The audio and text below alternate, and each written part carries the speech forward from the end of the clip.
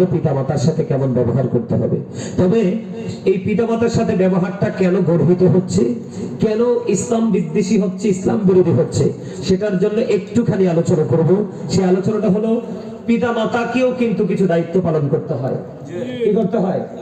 সন্তান জন্ম দেওয়ার পরে কিন্তু ছেড়ে দিলে হয় না, সন্তান পৃথিবীতে আসার পরে পিতামাতাকে দায়িত্ব পালন করতে হয়। জন্য আমি বলি every parent should take care their children very carefully.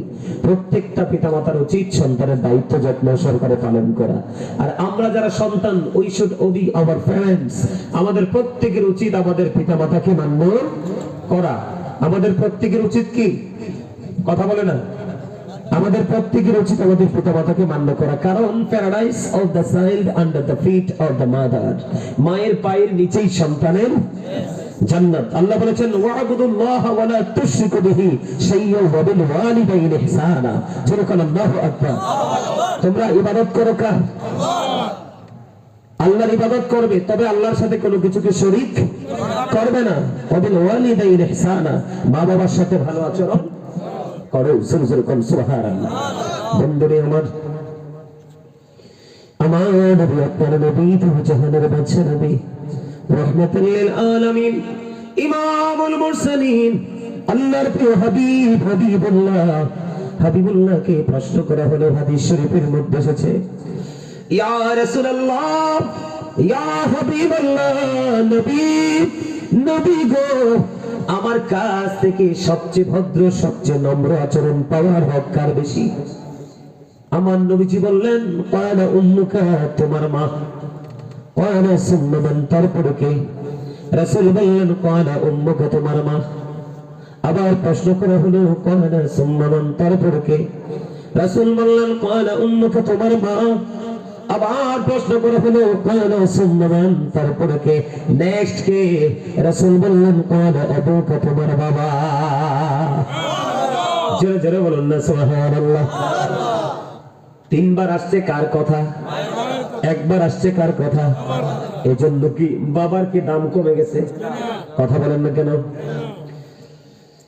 একজন ওই ব্যক্তি এসে বললেন ইয়া রাসূলুল্লাহ, ইয়া হাবিবাল্লাহ, নবী, আমার বাবা আমার উপার্জিত সম্পদ নিজের মতো করে খরচ করতে চায়। আল্লাহর হাবিবকে প্রশ্ন করলেন ইয়া রাসূলুল্লাহ, ইয়া হাবিবাল্লাহ, নবী গো, আমার সম্পত্তি আমার উপার্জিত অর্থ আমার বাবা নিজের মতো করে খরচ করতে চায়। এবার আমার নবীজি একটা ডাক দিয়ে বললেন, শুধু তোমার উপার্জিত অর্থ নয়, তুমি নিজেও তোমার বাবার সম্পদ। কি?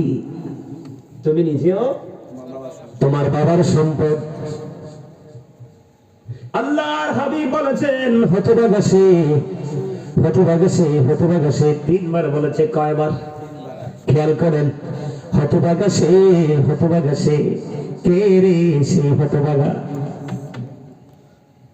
আল্লাহর হাবিব তিনি জানিয়ে দিলেন ওই সন্তানটাই হতভাগা রে, যেই সন্তানটা পিতামাতা দুজনকে পেল অথবা একজনকে পেল, তাদেরকে পাওয়ার পরে তাদের আদর করলো যত্ন করলো, আদর করলো না যত্ন করলো না। তার মানে পিতামাতা দুজনকে পাইল অথবা একজনকে পাইল, পাওয়ার পরে তাদের সেবা যত্ন করে যারা জান্নাতি হতে পারলো না, তাদের মতো হতভাগার কেউ হতে পারে না।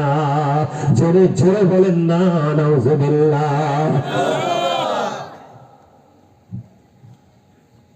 বাবা মাকে ভালোবাসা ফরজ, বাবা মাকে ভালোবাসা ফরজ, তাদেরকে কষ্ট দেওয়া হারাম। আমি আপনাদেরকে বলি, তাদেরকে বিন্দু পরিমাণ কষ্ট দেওয়া আল্লাহ সহ্য করে না। আমার পিতা মাতার প্রেমিক সন্তান বিন্দু পরিমাণ ভালোবাসা বাবা মায়ের সাথে যার আছে রে, তার বিপদ কখনো তাকে গ্রাস করতে পারে না। এক্সাম্পল দিব দুই ধরনের, নেগেটিভ এবং পজিটিভ, দুইটা এক্সাম্পল দিব দুইটা হাদিস থেকে বন্ধু। আগে আমি আপনাদেরকে একটা এক্সাম্পল দিব। ওই রকম জুরিজ নামে বুখারী শরীফের মধ্যে এসেছে, আল্লাহর হাবিবের প্রেমিক জুরিজ নামে একজন সন্তান ছিল। তিনি মানুষের সাথে মিলেমিশে ইবাদত করতে বেশি পছন্দ করত না। একা একা নির্জনে বসে বসে আল্লাহ রাব্বুল আলামিনের গোলামি করতে পছন্দ করত।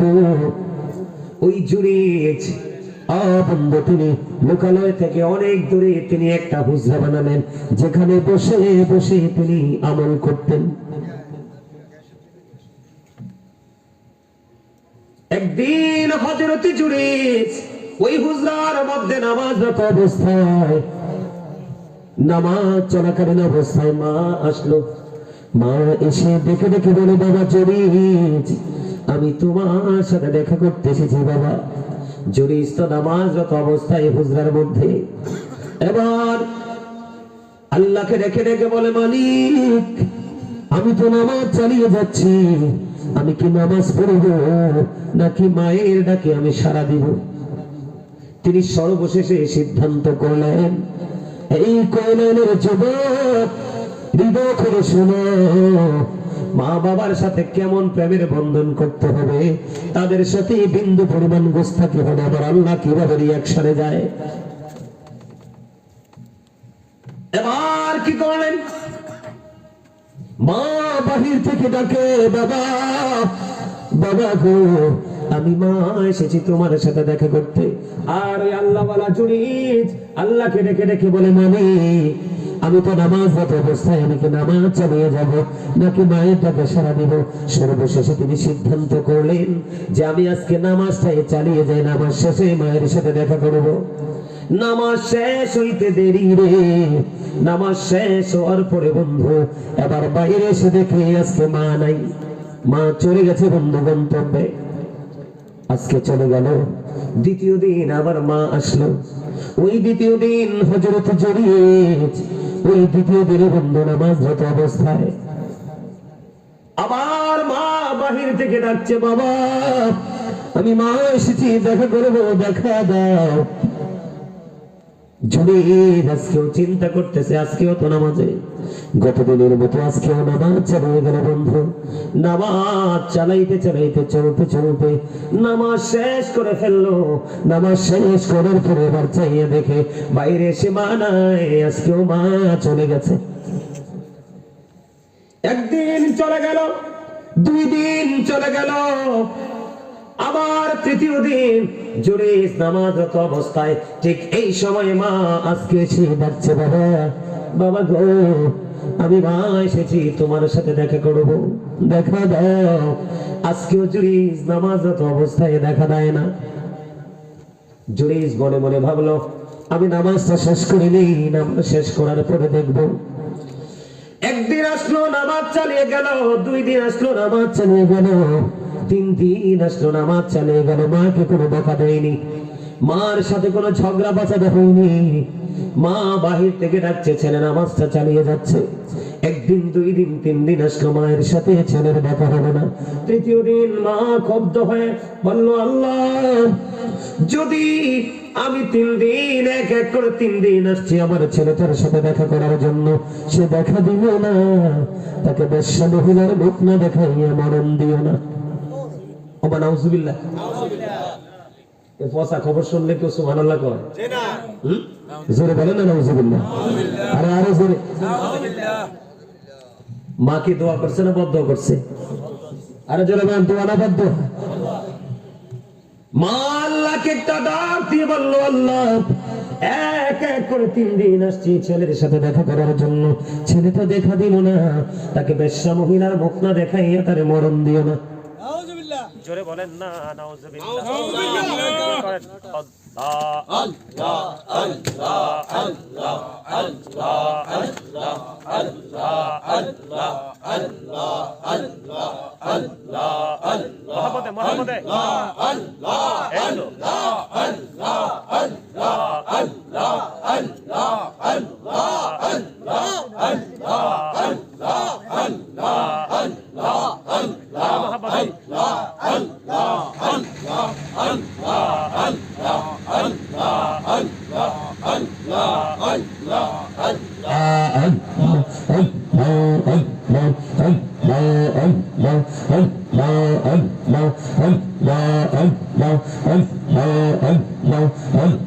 আল্লাহ আল্লাহ ও প্রেমে মুর্শিদ তুমি আমার হইও গো কান্দারে, তোমার প্রেমে পৈররি মুর্শিদ, তোমার প্রেমে পৈররি মুর্শিদ, চারলাম ঘর বাড়ি রে।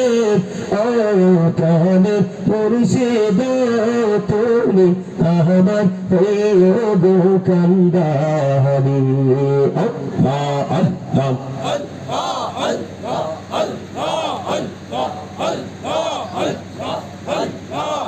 لا إله إلا الله محمد رسول الله صلى الله عليه وسلم।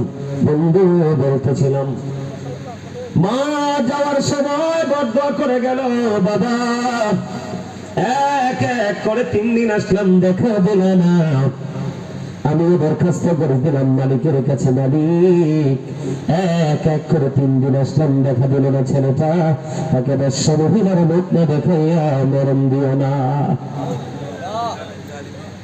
এবার বন্ধু পাশে বসবাস করতে এক বেশ্যা মহিলা পাগল হয়ে গেল।